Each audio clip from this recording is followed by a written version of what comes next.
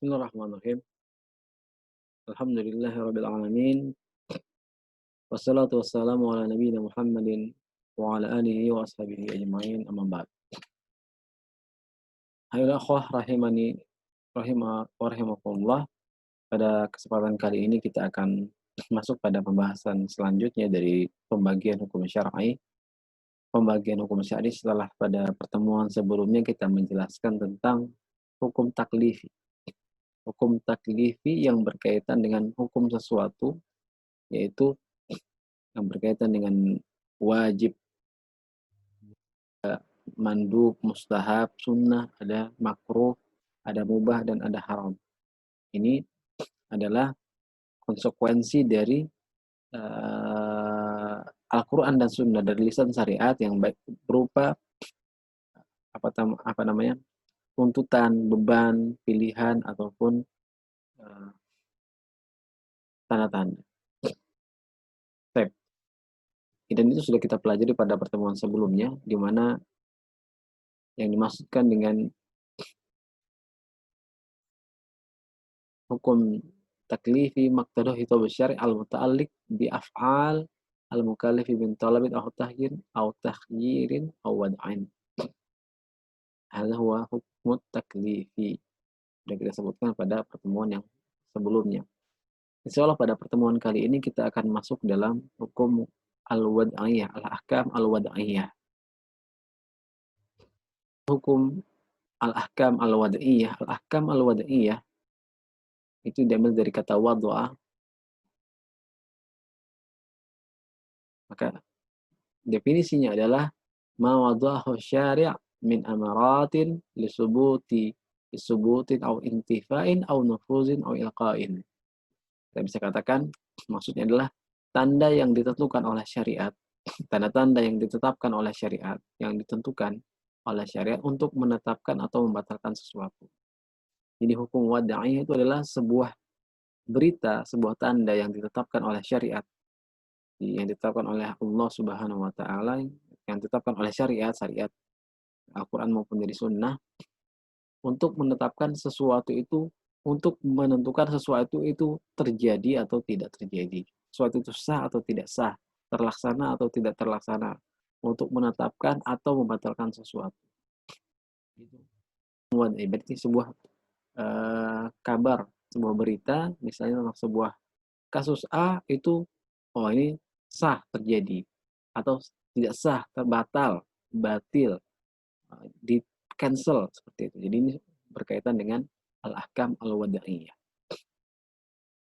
Al-ahkam al-wada'iyah ini kita seperti al-ahkam at-taklifi juga terbagi menjadi beberapa macam. Untuk al-ahkam al-taklifiyah terbagi menjadi 5, maka untuk al-ahkam al-wada'iyah sebenarnya ada beberapa macam juga, tapi hanya kita sebutkan 5 saja pada kesempatan kali ini, yaitu yang berkaitan dengan as-sihhatu wal fasadu was-sababu wasyartu wal mani'u. Insyaallah akan kita bahas satu persatu yang berkaitan dengan apa itu sahih, apa itu al-fasad, apa itu sabab, apa itu syart, apa itu al-mani'. As-sahih, apa yang dimaksud? Yaitu kalau secara bahasa as-salamatu minal marad. Apa namanya? Tidak ada penyakitnya. Itu namanya sehat ya. Adapun salah istilah ma yatarattabat asaru fi'lihi alaihi ibadatan kanat am aqdan. Jadi sesuatu yang memiliki pengaruh atau efek ketika dikerjakan. Jadi suatu hal yang sahih itu ketika dikerjakan ada efeknya, ada pengaruhnya, baik itu dalam ibadah maupun bab muamalah. Ini sahih kalau dikerjakan ada efeknya, ada pengaruhnya. Nanti kita akan lihat contohnya. Sahih dalam sebuah ibadah akan membuat kita ma bara'at bihi azimmah, lepas dari tanggungan, tidak punya sesuatu yang tidak punya tanggung jawab yang harus kita kerjakan lagi, puasa atau bihi talab, dan kita tidak dituntut untuk mengulangi lagi, mengerjakan lagi ibadah tersebut. Misalnya dalam sebuah ibadah, kalau sudah sahih, sudah sah ibadah tersebut, maka sudah lepas tanggungan kita. Misalnya kita diperintahkan untuk sholat zuhur, ketika dikerjakan sholat zuhur, maka kita sudah lepas kewajiban sholat zuhur pada hari itu, sudah kita kerjakan.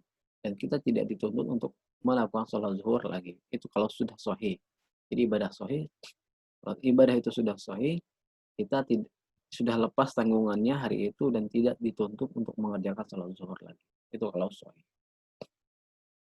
Adapun dalam transaksi muamalah, ma tarattabat asaruhu ala wujudihi. Jadi sesuatu yang memiliki pengaruh terhadap keberadaannya. Jadi gampangnya begini kalau kita terapkan dalam contoh kasus, katarottu bil milki ala aqdil bai'i masalah. Dalam pelajaran fikih kita sebutkan bahwasanya di antara pembagian jual beli ditinjau dari tujuannya adalah atau definisi jual beli adalah mubadalatul mal ala ligharadi tamalluk. Tukar menukar harta untuk tujuan memiliki. Dan kalau ditinjau dari pertukaran harta, maka bisa kita katakan ada transaksi muamalah yang berfungsinya itu memindahkan kepemilikan harta. Misal jual beli. A membeli barang dari B, A membeli barang dari B. A membeli barang dari B, misalnya yang dijual adalah handphone.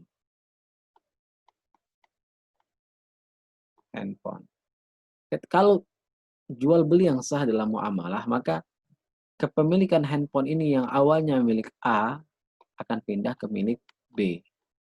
Itu namanya efeknya, ada efeknya. Jadi ketika jual beli sah, efeknya adalah handphone tersebut pindah kepada B dan B harus memberikan uang yang awalnya miliknya X A di dalam jual beli. Jadi terjadi perpindahan kepemilikan harta.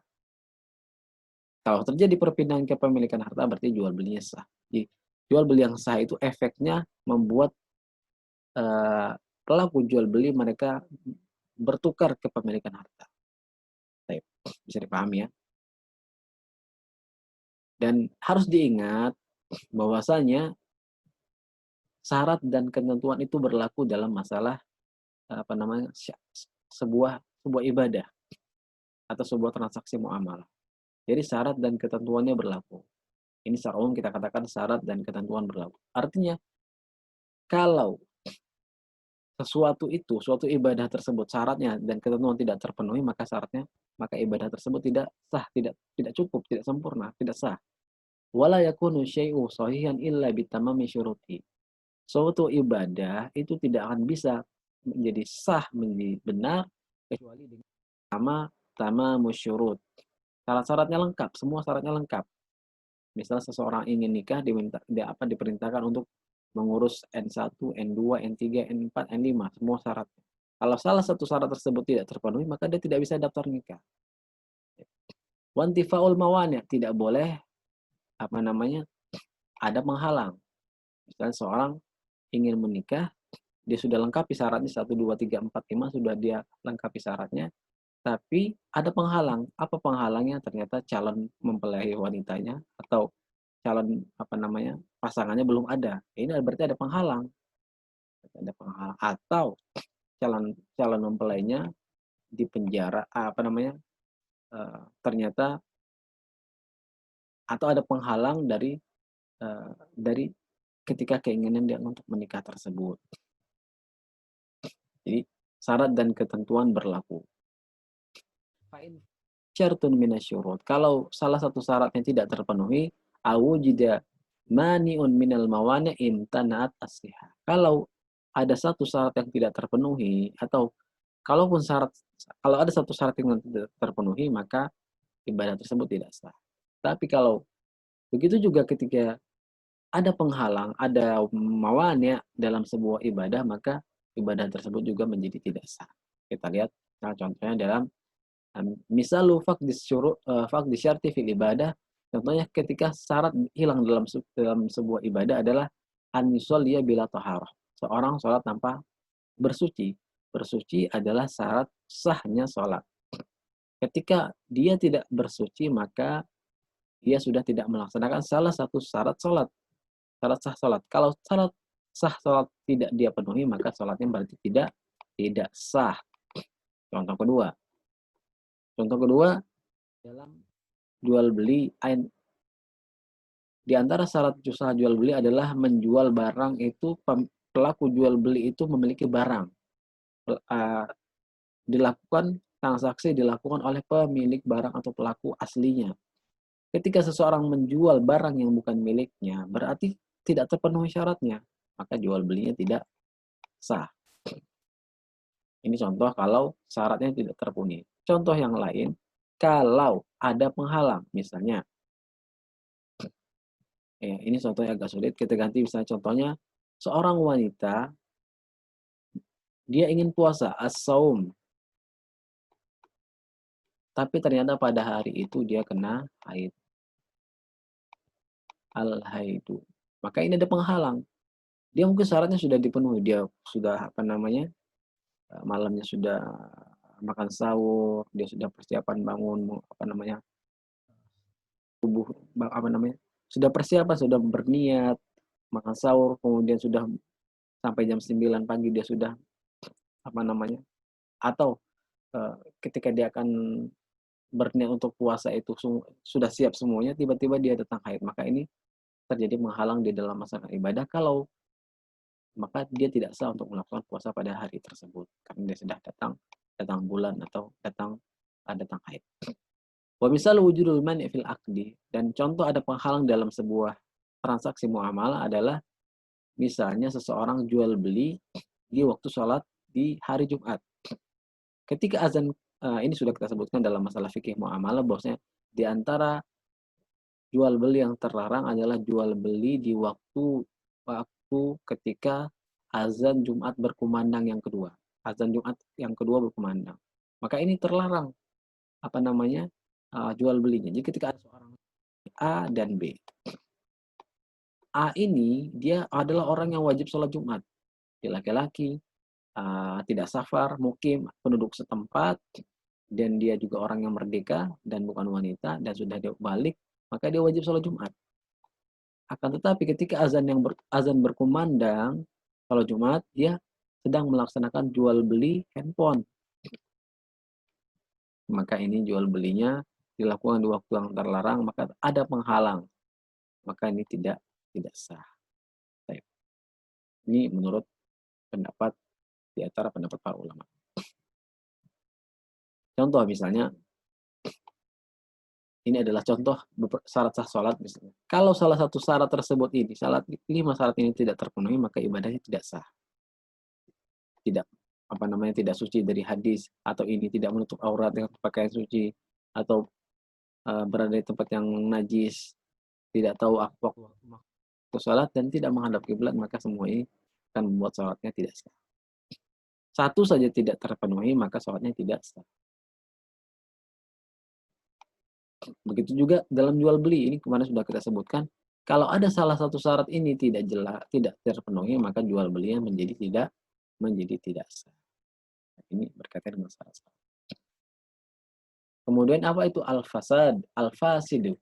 Al-fasidu ma la tarattaba asaru fi'lihi alaihi ibadatan kana am aqdan. Sesuatu yang tidak memiliki pengaruh setelah dikerjakan baik dalam ibadah atau muamalah. Jadi al-fasidu ad-doya'u al-khasara. Jadi sesuatu yang sia-sia, nggak punya efek. Ketika dikerjakan tidak ada efeknya. Itu berarti ibadah yang fasid. Makanya orang yang membuang-buang waktu, makanya dia adalah waktuhu fasid, waktunya rusak karena tidak menghasilkan apa-apa dari yang dia kerjakan. Seharian tidur, seharian tidak produktif ya, tidak dalam ibadah ataupun dalam masalah dunia, maka ini adalah waktunya fasid. Tidak memiliki efek dalam ibadah dan dalam amal. Contohnya, dalam ibadah ketika suatu ibadah itu fasid, maka dia tidak hilang tanggung jawabnya. Berarti dia masih punya tanggungan. Mala tabra'u bihi zimmah. Jadi dia masih punya tanggungan sholat pada hari itu. Misalnya dia punya kewajiban sholat zuhur, maka ketika dia melaksanakan sholat yang fasid, yang rusak, maka kewajiban dia untuk melaksanakan sholat zuhur tetap ada. Dan dia tetap punya tuntutan untuk melaksanakan sholat. Seperti misalnya orang sholat zuhur jam 11 siang. Sebelum masuk waktu zuhur. Misalnya masuknya waktu zuhur itu jam 11.45. Dia sholat jam 11.40 atau 11.43. Ini belum masuk ke sholat, belum azan, maka sholatnya tidak sah. Dia harus sholat lagi dan dia dituntut untuk dan kewajiban dia tetap ada. Nah, ada pun contoh dalam masalah muamalah adalah mala tarattaba asaruhu alaihi. Tidak ada efeknya. Ibadah yang fasid itu transaksi muamalah yang tidak memberikan efek. Seperti kabai'il majhul, menjual sesuatu yang enggak jelas. Misal seseorang menjual barang dalam kardus, dikatakan, oh barangnya bagus, harganya 5 juta. Tapi barangnya apa? Enggak tahu. Pokoknya beli ajalah. Kan teman sendiri, percaya aja sudah. Barangnya pasti bagus, insya Allah nggak kecewa. Ya tapi jelaskan ada apa di dalam kardus ini. Pokoknya bagus deh, harganya 5 juta. Maka ini tidak memiliki efek apapun ketika terjadi. Bisa terjadi akad jual beli, terjadi ijab kabul, maka ini tidak sah, tidak terjadi tidak terjadi tidak ada pengaruh apapun karena ini adalah jual beli barang yang tidak diketahui tidak jelas di dalamnya ini isinya apa, apakah batu atau malah sepeda rusak atau handphone yang sudah dibanting. Nah, ini tidak jelas. Dan fasid secara umum itu sama dengan batil. Fasid secara umum sama dengan batil kecuali dalam beberapa masalah, tapi ini tidak perlu kita bahas insya Allah. Ini dalam masalah ihram ataupun dalam masalah nikah. Misalnya dalam masalah nikah itu bedakan nikah yang fasid dengan nikah yang batil. Kemudian yang ketiga dari al-ahkam al-wada'iyah adalah as-sabab. As-sabab. As-sabab ma yujadu syai'u biwujudihi wa yantafi bintifaihi. Gampangnya sebab itu adalah kita katakan hukum sebab akibat. Kalau sebabnya ada, akibatnya ada. Kalau sebab itu ada, akibatnya ada. Kalau sebabnya tidak ada, akibatnya tidak ada. Jadi yang berkaitan dengan as-sabab, kalau ada, akibatnya ada. Sesuatu itu ada, maka akan membuat yang efeknya ada. Contohnya misalnya tenggelamnya matahari. Tenggelamnya matahari ini adalah sebab masuknya waktu maghrib. Sebab masuknya waktu maghrib. Kalau matahari belum tenggelam, berarti tidak waktu maghrib belum masuk. Berarti tidak boleh orang sholat maghrib.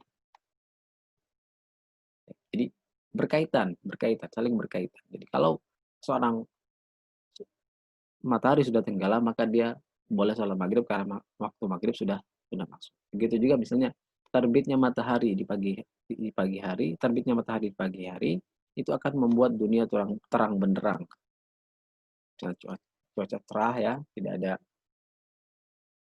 akan membuat dunia terang. Ketika matahari tidak terbit, misalnya masih jam 3, matahari belum terbit, dunia akan gelap gulita. Meskipun ada lampu yang banyak, tapi kalau kita keluar ke tempat yang gelap, ke tempat yang tidak ada lampunya, maka akan terlihat jelas, akan nyata bahwasanya dunia dalam keadaan gelap. Ini hubungan sebab akibat. Ini namanya as-sabab. As-sabab. Kemudian ada asyartu. Asyartu. Tadi kita sudah sebutkan syarat. Apa itu syarat? Asyaratu ma yantafi bi adamihi wa la yujadu bi wujudihi. Atau ma yalzamu bi adamihi al-adam wa la yalzam min wujudihi al-wujud. Syarat adalah suatu tanda yang jika tidak ada, maka yang disyaratkan juga tidak ada. Misalnya, kalau syarat mau nikah, siapkan N1, N2, N3, N4, N5. Kalau syaratnya tidak ada, maka ya nggak bisa menikah. Berarti kalau syaratnya nggak ada, yang disyaratkan nggak ada. Tapi, jika syaratnya ada, yang disyaratkan juga ada. Tidak mesti yang disyaratkan itu juga ada. Contoh, kita lihat contohnya di sini. Ini apa namanya? Penjelasan seperti ini agak rumit, kecuali kalau kita jelaskan dengan contoh. Contohnya adalah wudhu dengan sholat. Wudhu adalah syarat sah sholat. Syarat sah. Tidak ada wudhu, tidak ada sholat. Orang tidak berwudhu, maka tidak bisa sholat. Karena tidak sah. Tapi kalau ada orang yang berwudhu, apakah dia pasti melaksanakan sholat?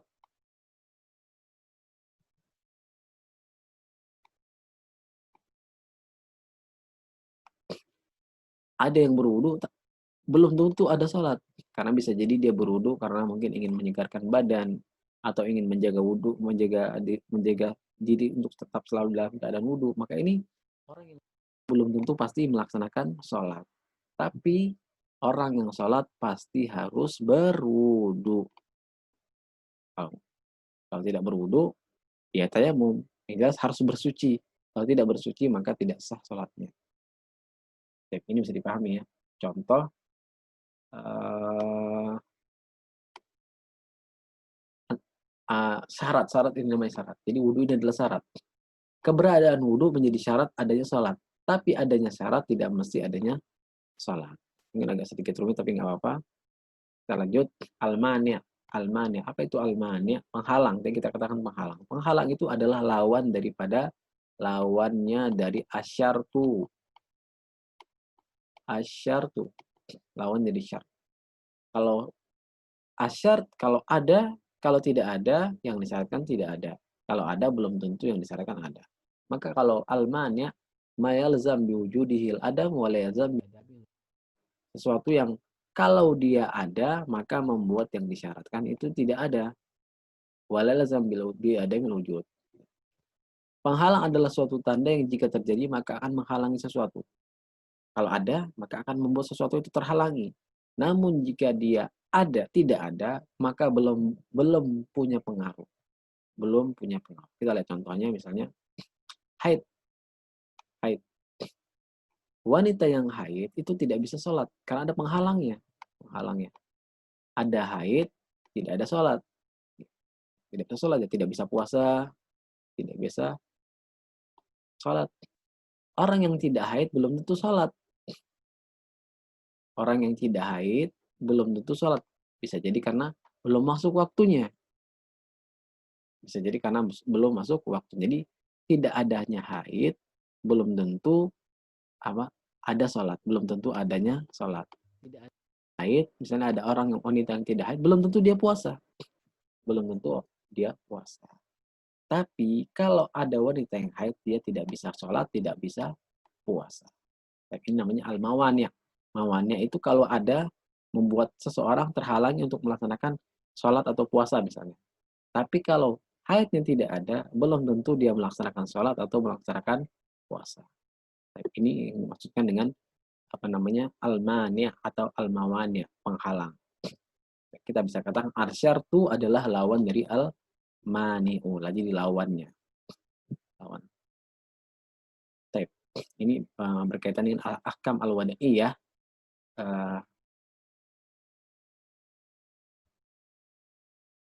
Jadi ada as-sihhatu, al-fasadu, as-sababu, asyartu, wal mani'u. Insyaallah pada pertemuan berikutnya akan kita jelaskan apa sih fungsi belajar seperti ini gitu. Kenapa apa pentingnya kita belajar seperti ini? Kan kita kalau sudah belajar tentang ada hukum wajib, hukum taklifi yang sudah kita pelajari, ada wajib, mandub, muharram, al-makruh, wal mubah, ini sudah kita pelajari. Jadi kita tahu ibadah itu wajib, ibadah itu mandub, ibadah itu muharram, itu makruh, itu mubah. Lalu kita belajar hukum wad'iyah, itu apa fungsinya? Fungsinya adalah kalau misalnya ada sebuah ibadah, misalnya ibadah itu adalah sholat. Sholat zuhur. Sholat zuhur wajib. Tapi apakah semua orang yang melaksanakan sholat zuhur pasti sah sholatnya? Belum tentu. Jadi dengan kita tahu sihatu wal fasadu wasababu wasyartu wal mani'u, kita tahu sholat zuhur orang ini dia sah atau tidak. Atau apakah sholatnya itu sudah terpenuhi syarat? Apakah ada penghalangnya? Apakah sebab untuk masuknya waktu zuhur itu sudah ada? Jadi semuanya dengan kita belajar al-ahkam al-wad'iyah, kita tahu memang sholat zuhur wajib. Tapi apakah sholat zuhur wajib di setiap waktu? Tidak. Kecuali dengan misalnya tergelincirnya matahari. Ini sebabnya. Tergelincirnya matahari sedikit dari zawal.